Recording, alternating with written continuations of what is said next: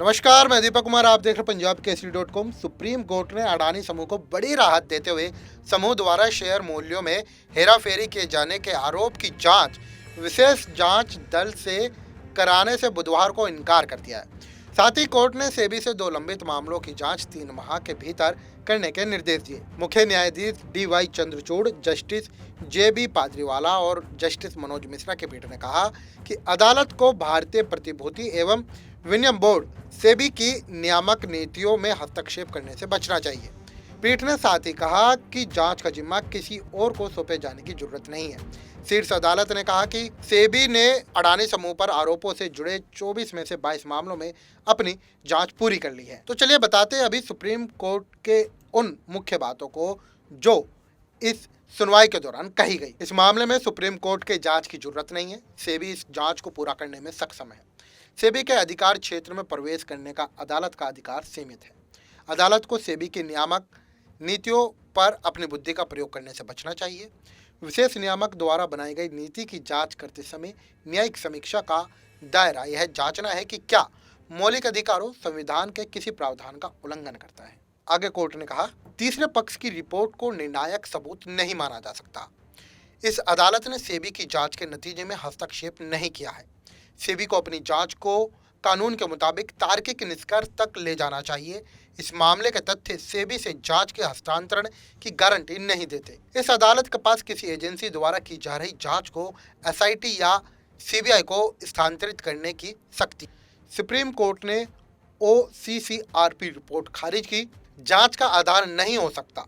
जांच के हस्तांतरण की सीमा का अस्तित्व प्रदर्शित नहीं किया गया है।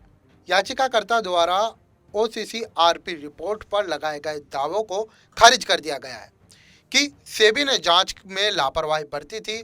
अपने आरोपों को प्रामाणिकता और सत्यता के प्रयास के बिना किसी तीसरे पक्ष संगठन की रिपोर्ट को निर्णायक सबूत नहीं माना जा सकता। DRI का मुद्दा पहले ही सुलझ चुका है और पत्र पर निर्भरता गलत है। इसके अलावा याचिकाकर्ता की DRI के पत्र पर निर्भरता गलत है क्योंकि इस मुद्दे को DRI के महानिदेशक CESTAT और न्यायालय द्वारा पहले ही सुलझाया गया है। वहीं आगे सुप्रीम कोर्ट ने कहा, विशेषज्ञ समिति के सदस्यों के खिलाफ हितों के टकराव के आरोप निराधार है और खारिज किए जाते हैं।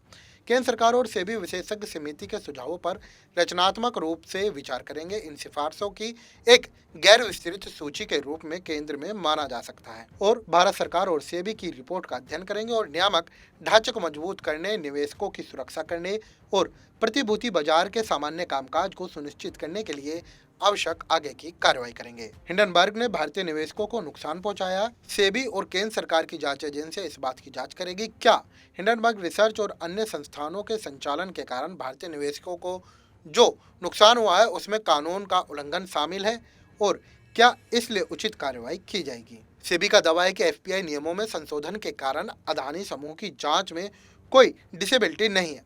योग्यता के आधार पर सेबी ने तर्क दिया कि FPI रेग 2014 वास्तव में अपारदर्शी संरचनाओं को प्रतिबंधित नहीं करता है। उन्हें कुछ शर्तों को पूरा करने की अनुमति दी गई थी, जिसमें यह शर्त भी शामिल थी कि जब भी उन्हें ऐसा करने के लिए कहा जाएगा तो वे लाभकारी स्वामित्व का वितरण प्रदान करेंगे। सेबी द्वारा दिए गए तर्क में दम है, किसी हस्तक्षेप को आवश्यकता नहीं। 2018 में संशोधन में कुछ अपवाद के साथ सभी FPI द्वारा अनिवार्य खुलासे की आवश्यकता थी। इसमें नियमों को कड़ा करने और लाभकारी स्वामित्व वितरण के अनिवार्य प्रकटीकरण और दिशा में एक बदलाव को चिन्हित किया। देश और दुनिया की बड़ी तमाम खबरों के लिए देखते रहे पंजाब केसरी .com। फिलहाल के लिए हमें दीजिए इजाजत।